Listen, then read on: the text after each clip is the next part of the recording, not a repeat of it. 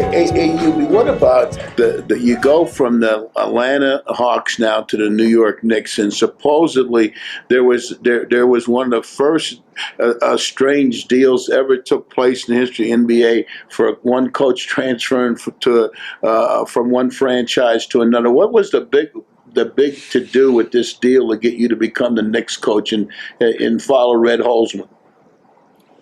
Well, I don't know anything about that because supposedly there was some kind of trade that had to take place or something? No, I was out. I was out a year. Oh, okay. I was out a year. In the year of '82, I did national television for USA Network. Mm-hmm. They did the double headers on Thursday nights. And I did the first game with Al Albert, and the second game was Eddie Doucette and Steve Jones. People forget this. Now Turner does the doubleheaders on Thursday night, but USA was doing it back then. And then they did baseball in the summer, and then they did college football. USA was really a big sports network at one time. Well, I did that whole season for USA, and then in the playoffs, CBS asked me to do CBS. So I did that. But what happened is Frank McGuire, Bobby Cremins went to Frank McGuire. Frank McGuire was a confidant for Sonny Werblin at Madison Square Garden. Mm-hmm. And Frank McGuire got me the job and the interview with Sonny Werblin. And I went up there and I met Sonny Werblin in the Waldorf Astoria, and we had a meeting, and he offered me the job, and it wasn't an interview because he was going to hire me. And then we went to dinner with Howard Cosell and his wife, Sonny and his wife, and myself down the village at an Italian restaurant. Now, I don't know about any of that other stuff, but I was out of basketball for a year. Okay. Yeah, I was out for a year. Good, that clears that up. And so you started in with the Knicks, and then you got them turned around, and then you hit a little bump in the road, and you moved on from the Knicks to the Memphis Grizzlies. But talk a little bit about your experiences with the Knicks, Hugh. Well, the very first year with the Knicks, I changed 8 guys. We only kept 4 guys. And they won 33 games the year before. We start the exhibition season, and we're having problems because the guys that were back from that team the year before were not going to be able to get it done. Mm-hmm. Okay? So Dave DeBusschere came to me and said, at the end of the 8 exhibition games, we were like 2-6. He said, we have a chance. I just got a call from Al Attles to do Bernard King for Sugar Ray Richardson. I said, do that. This was Monday. Now this is going to be the thing which changes the whole year. Mm-hmm. My assistants, I bring Mike Fratello from Atlanta and Richie Atabata. Mm-hmm. So we say we'll do it. Now you remember now, before that, there was a lot of problems out in Golden State and Utah Mm-hmm. with Bernard. Okay. But we knew there were going to be problems with Sugar Richardson. So we don't do the deal because then management decides not to do the deal Monday, Tuesday. Wednesday, they come in again. And I say to DeBusschere, I say, do the deal because he could really score for us. Well, they do the deal on Wednesday. Bernard takes a red eye from San Francisco in. Practices Thursday, we open up the season Friday. But also on Thursday, we sign Ernie Grunfeld as a free agent. Mm. So now we have 8 new guys. Right. People forget this. Not only did we make the playoffs, we were in the second round of the playoffs because Bernard King was so incredible. All right? Bernard and Ernie at the small forward, Billy Cartwright at the center position, Marvin Webster, and then we had Truck Robinson, and then Sly Williams. And then the backcourt, Paul Westphal, finally got over a bad thigh, and then he played for us a half a season in the playoffs. And we had Paul and kid from VCU in the backcourt. But anyway, the thing is that we beat New Jersey in the first round, and then we lost to the Philadelphia 76ers 4-0 with Moses Malone, Dr. J, and company when they went full. Yeah. Right? That great team. All the games were close, and it was a lot of fun. The next year, we win the first round 5 games against Detroit, and we go 7 games with Boston. All right, and they beat us in game 7.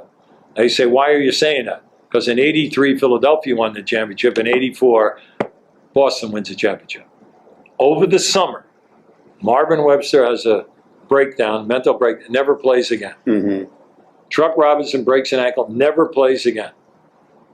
Bill Cartwright gets the first of 4 stress fractures in the summer. 4 operations. We lose 3 of our best 4 guys up front. And we struggled the next couple of years. And it was sad because we really had a great team. Bernard led the league in scoring. Bernard was an all-star, all-league player. And it was just a good time to be in New York. But here is the epitome of New York. No other building in the country do you get this. None. In '83, the first 2 games in Philadelphia, they beat us in 2 close games. Game 3 is at 1 o'clock on a Sunday afternoon, and Game 4 is at 1 o'clock on Monday over the holiday. Sellout crowd. People are going nuts. We're in our last timeout. There are 3 seconds on the clock, and the game is tied. Truck Robinson is shooting 2. So our huddle's here, Philadelphia's huddle's down here. Here's Woody Allen with 2 kids sitting on his lap, Maria Farrell. Place is loaded with stars and everything. Now, we're in the huddle. We're talking, this is what we're going to do. Truck's going to make 2. We're going to do this, that. With that. So help me God, this is incredible. Say this is the sideline. In the 4th row up, right at center court, that's the garment district, had all those seats. A guy stands up. He's got on glasses, white hair, perfect, yellow shirt, brownish tie, brown suit. He yells out, Hubie! Hubie! Do something! Do something! The garden got quiet. I look and I said, I already did. He's shooting 2. I know, but the spread is 1.5, and he's going to miss. Well, the garden, George, only in the garden, okay? The people are laughing their ass off, okay? Truck goes to the line, misses the first one, short. The second one, he misses. Moses gets the rebound. In the air, he turns. Now, there's no 3-point line now because it's '83. The kid Richardson, Franklin Richardson. Yeah. Moses hits a rope, George, out. He catches it at the 28-foot marker. He takes 1 bounce, shoots it. The horn goes off. Everybody's like this. The ball goes boom, boom, in the basket off the board, and we lose. We lose by 2. Now, you say, why did I tell you that? Because half the crowd bets every game in the garden. Yeah. And you hear the spread, George, every single night.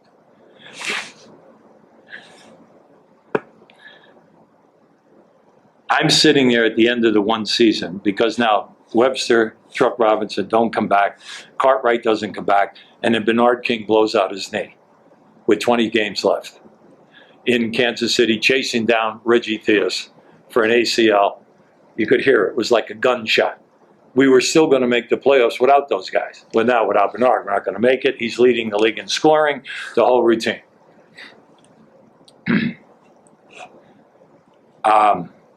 The last game of the year, we're playing Detroit, and I'm sitting there on the bench. We got 7 guys, 5 guards and 2 forwards, and we had to suit up another guy to have 8 guys. So I'm sitting there, and I get a tap on the shoulder.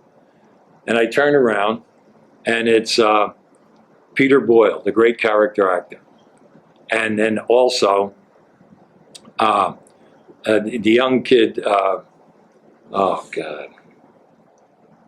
His father went to school with me and was Hutton, Jim Hutton. All right. Now, the young Hutton, who's on television right now with that famous series and everything, is standing there.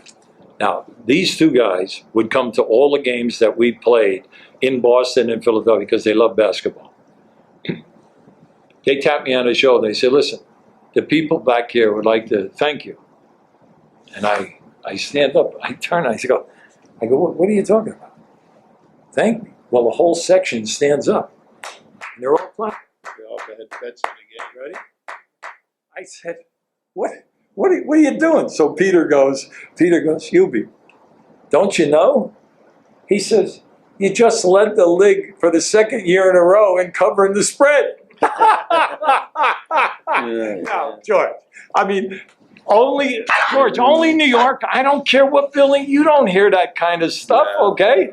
And you know, when by 7, they're booing us. Why? Because the spread was 9. I mean, you know what I mean? It's stuff like that. That crap has never gone away from the Garden, all right?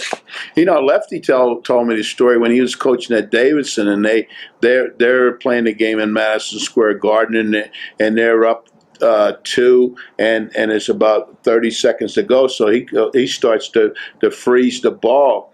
And so the lady comes down out of the stands and starts beating him over the head with a purse. And she said, Lefty, let that boy shoot that ball. Let that boy shoot the ball. The spread is 3. And she's beating him over the head with a purse. So I know what you're saying. The one interesting and intriguing part of your pro coaching career, you're out, you're happy, you're broadcasting, you're winning awards. Everybody says you're the absolute best analyst on TV. And at 69 years old, someone comes and says, hey, you want to try it one more time? So Jerry West comes and he asks you to coach the Memphis Grizzlies. Why did you want to take one more last shot at it? It all came down because at the end of the previous season, they got new management at Turner, and they came in, and they were going to go to Thursday night doubleheaders, and they were going to move in Marv Albert, and Marv Albert said he wanted Mike Fratello to be his assistant, be his analyst, and then Doug Collins was there because Doug and I were together, and they brought in Kevin Harlan, and they reduced Dick Stockton and myself, Dick to just the playoffs, and then to myself as I had to be on that Thursday night show, which was just starting. Yes. Okay, the Thursday night show with Barkley and those guys. And then I would do games, limited games during the year, and then the playoffs. Now, that was extremely difficult to swallow if you're Dick Stockton, who's been doing the league for 20-some-odd years, CBS and Turner, and then myself, because I just won the Kirk County Award, you know, for supposedly excellence as an analyst, but that was their 2 teams that they were going to. Now, ego-wise, it hurt, okay? But I'm still there. So I talked to my family and I said, look, I'm a game guy. I'm not a studio guy. I said, I'm going to call Popovich at San Antonio. And I'm going to ask him, because he always has a lot of different guys doing their game, if I could do some games. So I called Pop and I said, Pop, look, here's what happened. I tell him this story. And I said, on Thursday nights, I have to be in Atlanta for that show. I said, and then the playoffs, naturally, I would be doing playoffs for Turner. I said, but I would like to be an analyst. So Pop goes, Unbelievable. That's because you know him. He's one of the greatest guys of all time. Pop goes, well, how many games you want to do? I said, Pop, no, you got two guys that are doing most of your games. Do you have any extra? Hubie, how many games you want to do? I says, Pop, come on, you can't just say. He goes, all right, how about doing 41 games? So help me God, George. And he said, we'll pay you X amount of dollars. I said, Pop, that's incredible. He goes, yeah. He says, now here's the guy you called. You got a pencil? Yeah. He goes, here's the TV guy, so forth and so on. I'm going to do 41 San Antonio games. I do 3 San Antonio games. I do 3 Thursday night games. And I get the phone call. I get the phone call, and it's, listen, it's Jerry West. If we make a move here in Memphis, would you be available? I said, for what? And he says, to be the coach. And I said, the coach? He says, yeah, I'd like you to think about it. If we made a move, would you be? I said, well, I follow the team because my son, as you know, is your advanced scout. So I follow all the games because I'm on top of what you're doing. I watch you in the exhibition and I watch you over with DirecTV. So I said, I've been watching everything, so forth and so on. So he said, well, we might do something because we don't like how things are going right now. So I go and I talk to Claire, and she saw, well, how much money do you think they'd pay? I said, because, back when we coached, we didn't make any money. So I'll be damned, George, when the call came, I had already talked to Hal Whistle, shooting, and I said, Tony Brony, who was there as a scout, would come and be a teacher, 5-star teacher. And I said, my son would run all the charts and everything. I'd take him off the road. And he calls. And he said, we're going to do this, so forth and so on, if you'll agree to this. And I said, well, I want to bring in a shooting coach because you need a shooting coach. And then I said, I want to bring Tony out of the office as the head overall scout to be on the guard. And I said, I'd like to move my son in to do the charts because all the charting that we do is complicated. And so I said, those 3 guys, I want it. He said, well, then what about, and then he says, okay, well, we'd keep Lionel Hollins and then Johnny Workout, Johnny Walsh, the workout guy. He says, okay. He said, I'm going to call you back at 2 o'clock. He said, you decide what you're going to do.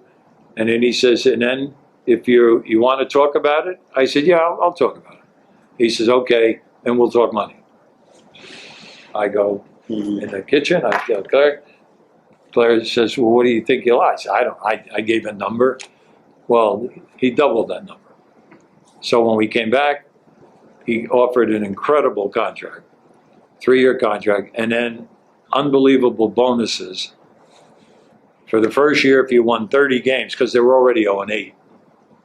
In the second year, if you made the playoffs. And then the third year. Never thinking that would happen. The most they ever won was 23 games in 7 years. Okay, in 7 years. So, well, as you know, what happened, I call Hal. I call my son who was scouting in Chicago. He flew in. Hal had his bags packed. He knew in case the call. So, boom, he shoots out. I go down, we go in, we go to this clothing store. This is the only really good clothing store there. Yeah, in the hotel. We buy all the clothes, okay? So that, don't worry about clothes. I buy the clothes, fit the bill. And we lived in that, the Peabody Hotel with the Ducks, all right, for a month. And we had a double session on that. On the next 2 days, we had 2 double sessions, and we played Minnesota at home on that Friday night. And lo and behold, as you know, we won 28. But the thing that I was the most proud of was that from the All-Star game to the end of the year, we never got beat by more than 8. So you knew we were coming. Mhm. And then the next year, you know, we won 50 games and we were in the playoffs and we had the sixth First best. time in the history of the franchise. Oh yeah, well, it was.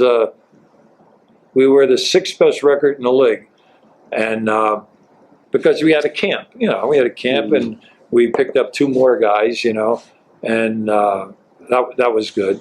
But it was an experience. It was an incredible experience working with Jerry, because a lot of people didn't know this. For a guy who is one of the incredible golfers of all time, he would be in his office every morning at 8 a.m. and never leave before 4:45, like clockwork. Mhm. In there, working a job, people calling, him helping other people, newspaper people calling. All afternoon, he would be working deals.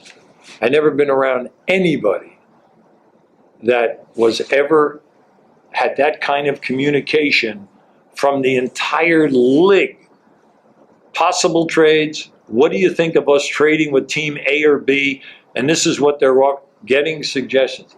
I tell you, it was really an eye-opener about the respect that he had throughout the league. So.